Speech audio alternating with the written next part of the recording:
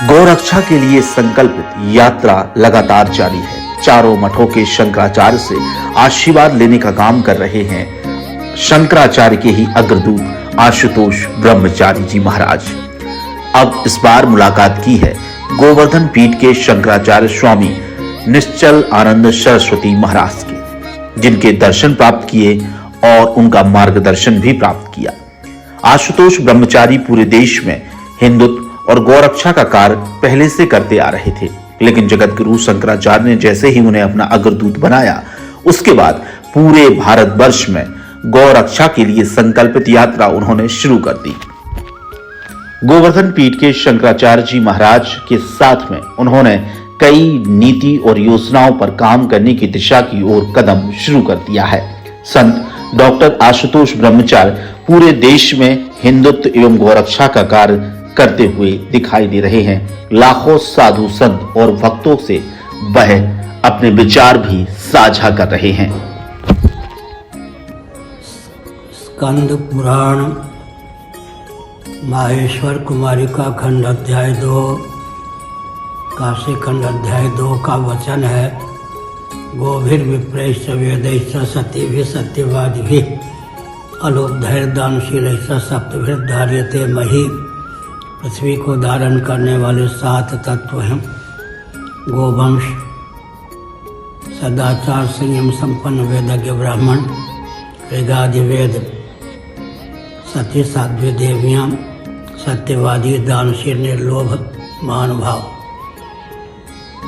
गोवंश का प्रथम उल्लेख है पृथ्वी पर जब संकट प्राप्त होता है, पृथ्वी व्यथित होती है, तब गाय का रूप धारण करके ही ब्रह्मा जी के पास अपने कष्ट को निवेदित करती है। गोवंश की हत्या विचार करने पर भूदेवी की हत्या ही है। प्रगति का स्रोत गोवंश के संरक्षण से ही संभव है। लेकिन जिस देश में गोवंश आदि को मारकर मांस व्यापार का विषय बना दिया गया है, अथवा जिस देश में गोवंश इत्यादि को विदेशों में भेजकर उन्हें कटवाने का प्रकल्प चल रहा है, वह देश आर्थिक दृष्टि से भी उत्कर्ष को कैसे प्राप्त होगा। हमने अपनी आँखों के सामने 7 नवंबर 1966 का दृश्य देखा है। लाल किला से लेकर जंतर मंतर पार्लियामेंट तक लगभग 10 लाख गोभक्त थे, और गुजरात के उन परिवारों को भी मैंने देखा है जिनके गोद में 5-5 महीने के बच्चे थे। उन माताओं ने सोचा भी नहीं होगा कि गोली से हम और हमारे बच्चे भून दिए जाएंगे। वह दृश्य भी हमने देखा है। हमारी भावना है कि गोवंश की रक्षा का मार्ग प्रशस्त हो। गोवंश की हत्या पृथ्वी के विनाश का कारण है। लेकिन एक विचित्र बात है, इस महायांत्रिक युग में जिसकी उपयोगिता महायंत्रों के माध्यम से तिरोहित कर दी जाती है, उसकी प्रजाति का विलोप हो जाता है। वन का विलोप, गाँव का विलोप, वनवासियों का विलोप, वन्य जीवों का विलोप, ग्रामवासियों का विलोप, ग्राम पशुओं का विलोप हो ही रहा है। महानगरों में गोपालन प्राय प्रतिबद्ध है।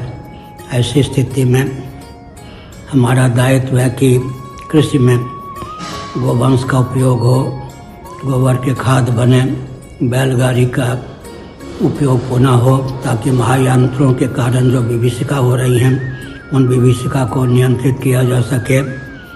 गोवंश हर प्रकार से सुरक्षा का केंद्र है। गोवंश के द्वारा जो श्वास प्रश्वास में वायु निःसरण होता है, वह जीवनी शक्ति को प्रदान करने में समर्थ है। देसी गायें जो हैं, उनके मूत्र, गोबर इत्यादि के सेवन से विधिवत अनुपान से सभी प्रकार के रोग दूर होते हैं। भोपाल कांड को जिन्होंने देखा होगा या उसके बारे में जिन्होंने सुना होगा, जिस क्षेत्र में गोवंश का गोबर था, उस क्षेत्र में उस कांड का प्रभाव कम से कम पड़ा। पर्यावरण की दृष्टि से भी गोवंश का बहुत महत्व है। हम प्रयास करें कि गोवंश की समग्र रक्षा हो, कृषि की व्यवस्था सनातन विधा से हो, शास्त्रों का अध्ययन कीजिए, अनुशीलन कीजिए। एक एक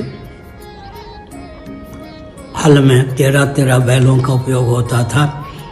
हम भगवान से प्रार्थना करते हैं, तदर्थ प्रयास भी करते हैं कि भारत में कृषि विज्ञान प्राच्य विधा से क्रियान्वित हो ताकि गोवंश की रक्षा का मार्ग प्रशस्त हो सके। नारायण।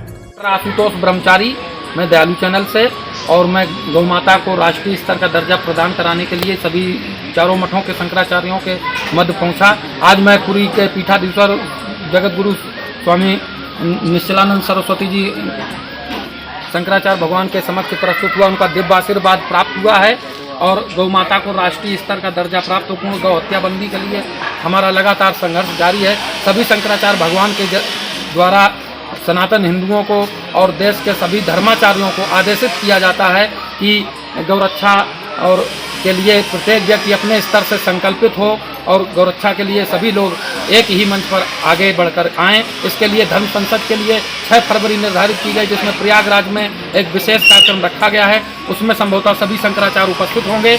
मैं डॉक्टर आशुतोष ब्रह्मचारी, दयालु चैनल से। जय गौ माता, जय गोपाल।